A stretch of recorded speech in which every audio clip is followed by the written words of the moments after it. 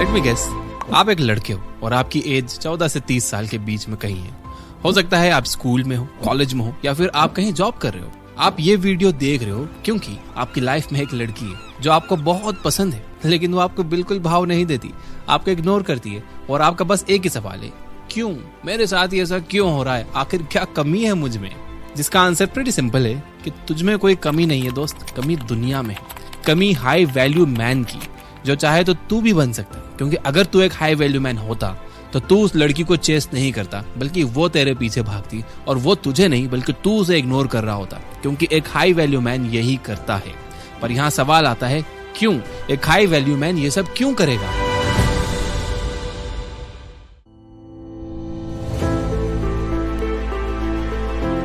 एक बहुत पुराने जमाने की बात है। एक गांव था और उस गांव में एक यंग लड़का था जो बहुत एम्बिशियस था। उसे अपनी जिंदगी में कुछ बड़ा करना था और इसी रीजन की वजह से उसके गांव के लोग उसे पसंद करते थे, उसकी तारीफ करते थे, बिकॉज वो स्ट्रांग और टैलेंटेड भी था।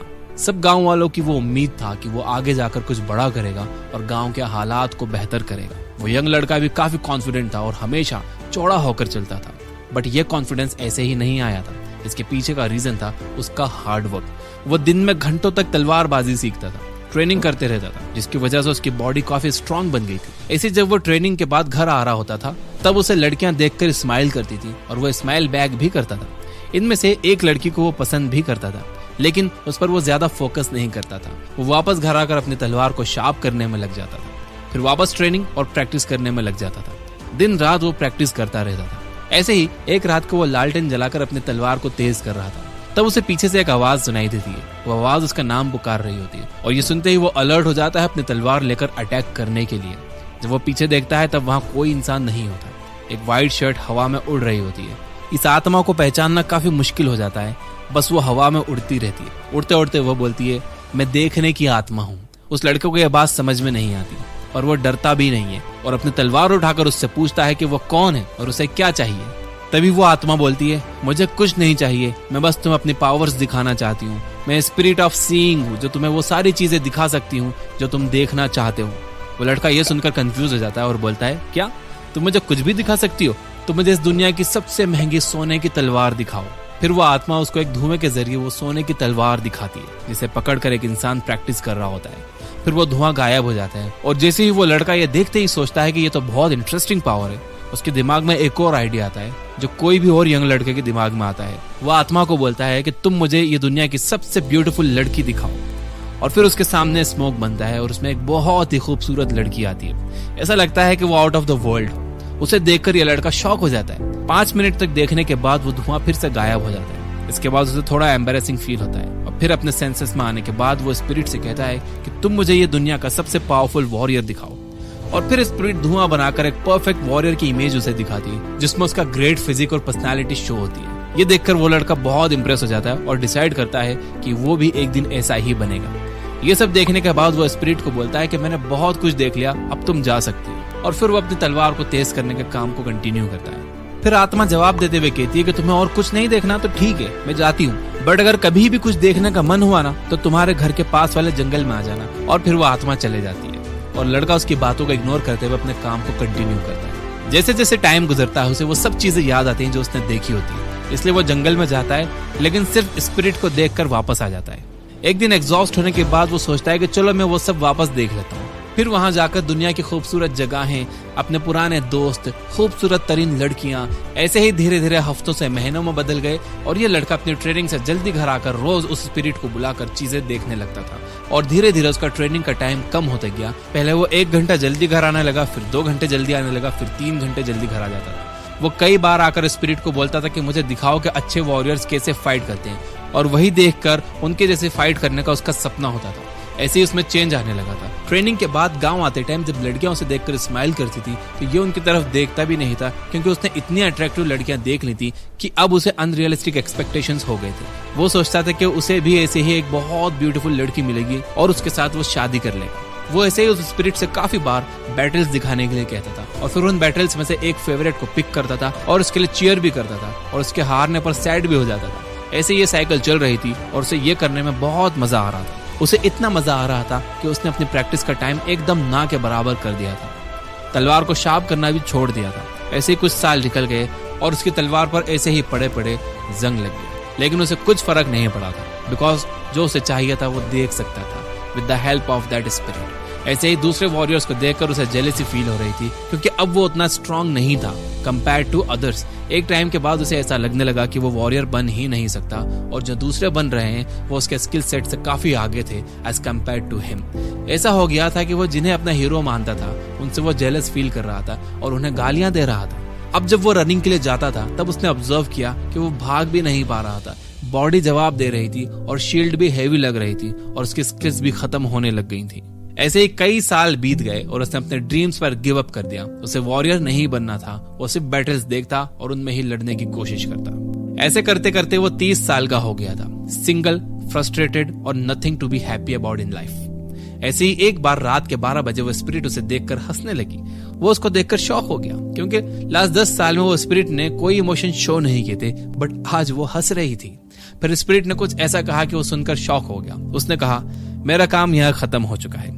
डरे हुए उस आदमी ने पूछा कि तुम ये क्या कह रही हो? फिर स्पिरिट ने हंसकर कहा, अब मुझे वो सीक्रेट रिवील कर देना चाहिए जो मैंने 10 साल से छुपा कर रखा था। असल में मैं एक डेविल हूँ, एक शैतान हूँ, और इस दुनिया में मैं डार्कनेस का रूट कॉज हूँ। आज रात इस गांव में एक शैतान अटैक करेगा, और प्रोफेसी में यह कहा गया था कि तुम उसी शैतान को हराने के लिए पैदा हुए थे।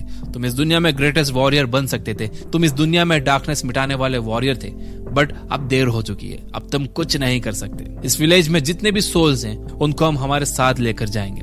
ये सुनकर वो आदमी शॉक हो जाता है और पूछता है, 10 साल तुमने वेट क्यों किया? तुम तो 10 साल पहले ही मुझे मार सकती थी।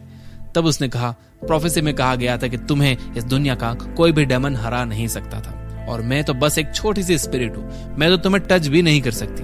अगर तुम्हें कोई हरा सकता था तो वो तुम ही थे, इसलिए मैंने तुमसे लड़ने की जगह तुम्हें धीरे धीरे जहर दिया। ऐसी फैंटेसीज दिखाई, ऐसी चीजें दिखाई जिसकी वजह से तुम वीक होते गए और एक कमजोर इंसान बन गए, जो ना खुद को और ना ही इस गांव को बचा सकता है। ये सुनने के बाद उसका दिमाग हिल गया, उसको खराब फील होने लगा, उसको पेट में मरोड़ होने लगी। इतना ज्यादा हो गया कि वो नीचे जमीन पर लेट गया। फिर उसने दर्द में ही धीरे से कहा, क्या मैं उन ब्यूटीफुल लड़कियों को एक बार फिर से देख सकता हूँ? तब स्पिरिट ने हंसते हुए जवाब दिया, हाँ, हमेशा। ये कहानी शायद पुरानी लग सकती है, लेकिन ये पुरानी बिल्कुल नहीं है। मैं आपको नहीं समझाऊंगा, मैं आपको डिटेल्स नहीं बताऊंगा कि वो स्पिरिट कौन थी। अब तक आप समझ गए होंगे कि आपकी लाइफ में वो स्पिरिट, वो शैतान कौन है। तो आप मुझे कमेंट में बताओ कि इस कहानी का मतलब क्या है, कि आपकी लाइफ में वो शैतान, वो स्पिरिट कौन है।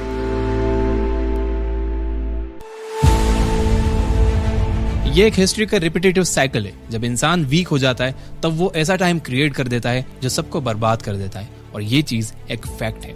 आज के टाइम में मैन फिजिकली और साइकोलॉजिकली वीक होते जा रहे हैं।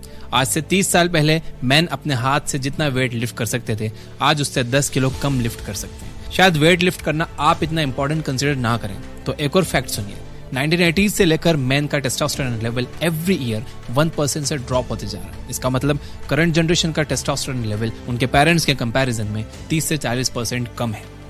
मैन अपने 20s में इरेक्टाइल डिस्फंक्शन जैसे प्रॉब्लम से सफर कर रहे हैं। डिप्रेशन भी बढ़ता जा रहा है। सुसाइड करने वालों में 80% मेल्स होते हैं। इनफैक्ट आज का मेल अपना गोल्स अचीव करने, सोशलाइज करने की जगह अपना टाइम वेस्ट कर रहे हैं एडिक्शन जैसे पॉर्न और ड्रग्स में फंसकर। ये सारी चीजें बहुत ज्यादा प्रॉब्लम्स क्रिएट कर रही हैं और आगे जाकर और करेंगी। दुनिया भर में मेल इनफर्टिलिटी क्राइसिस बढ़ रही है। ईयर 1973 से लेकर 2011 तक मेल्स का स्पर्म काउंट 52.4% तक ड्रॉप हो चुका है। इसके पीछे का one of the main reason है ओवर स्टिमुलेशन। सेकंड रीजन है जिसकी वजह से ये हो रहा है, वो है पर्पसलेस मैन। अगस्त 2020 में ओनली फैंस नाम की एडल्ट वेबसाइट पर 1.2 मिलियन क्रिएटर्स थे, जिसमें मेनली फीमेल्स थी। यही क्रिएटर्स को देखने के लिए 50 मिलियन से भी ज्यादा व्यूअर्स थे, जिसमें मेजॉरिटी मेल्स थे।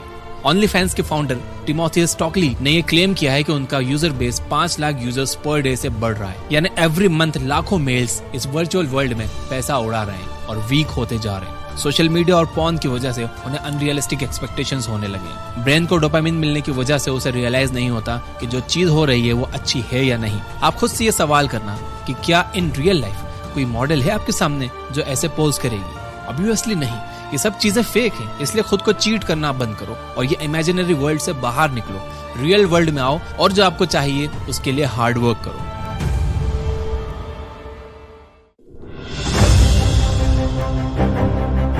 लास्ट और सबसे इंपॉर्टेंट रीजन जो the way of the superior man book के ऑथर डेविड डेडा बताते हैं कि आज का मैन अपनी लाइफ का पर्पस भूल चुका है।